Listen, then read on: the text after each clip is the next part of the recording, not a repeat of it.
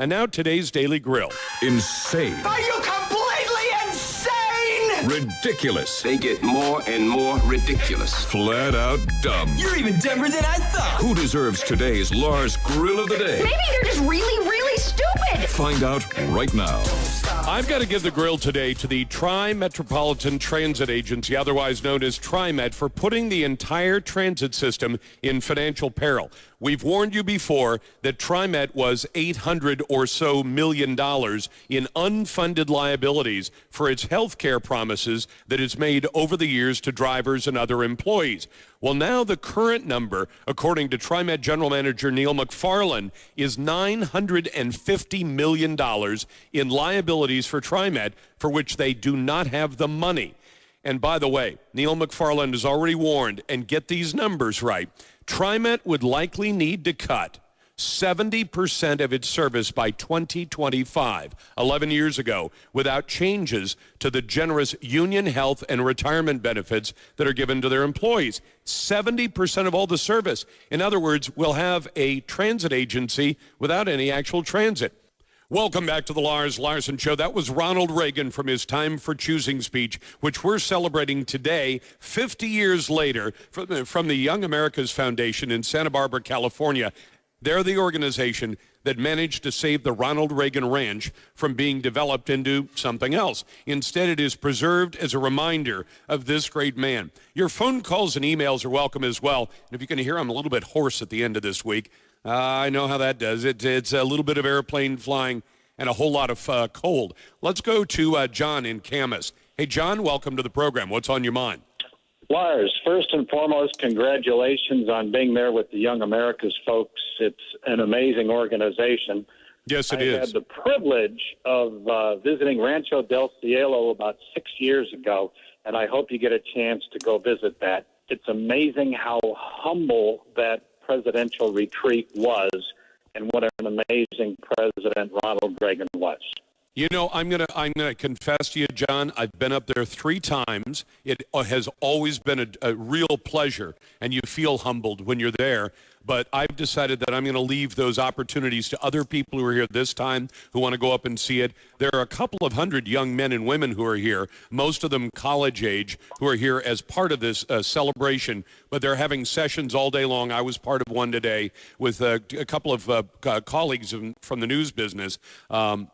James Rosen from Fox News and Ainsley Earhart from Fox News and David Keene from the American Conservative Union. And we got a chance to share with them some of our thoughts on why Reagan was such a great communicator and the kinds of things that they might do as young people to emulate that kind of communication skill. Because for all we know, the next Ronald Reagan is sitting there in the audience right in front of us.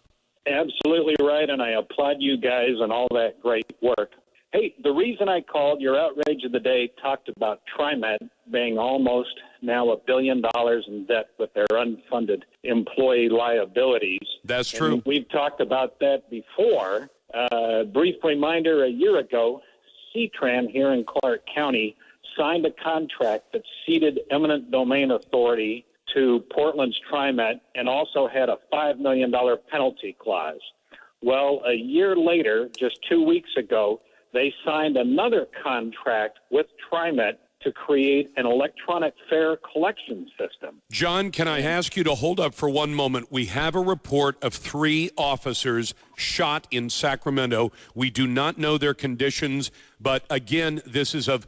I mean, not only would we be concerned about this anyway, but you know that the Islamic State has been calling for attacks on government and law enforcement. We know about the incidents that have happened in Ottawa, Canada, just this week, with the attack on Parliament, with the attack on on 2 individual soldiers, one of whom died. John, I had to break in for that. A report of 3 officers shot in Sacramento. No idea what the circumstances are yet, but as we get more data, we will let you know. But John, I'm sorry to interrupt. You were saying about TriMet and its health care costs. Well, and thank you. My prayers go out to those families of those officers. Yes, sir. Let's hope they recover, my friend. But this new contract that C-Tran authorized to sign is for an electronic fare collection system where they're going to be paying TriMet $46,000 a month, over $550,000 a year, just to have TriMet collect the fares of C-Tran riders. $30 million. And believe me, we started, when they talked about this, I called the folks at TriMet, Roberta Allstead and others, and said, listen, how can you justify this? Because $30 million, unless you're going to save $3 million a year for the next 10 years, it's simply not justified. And I'm still convinced they haven't made a case for it. Exactly right. And at the C-Tran board meeting, they were asked, and the staff said there were no identified savings as a result of this.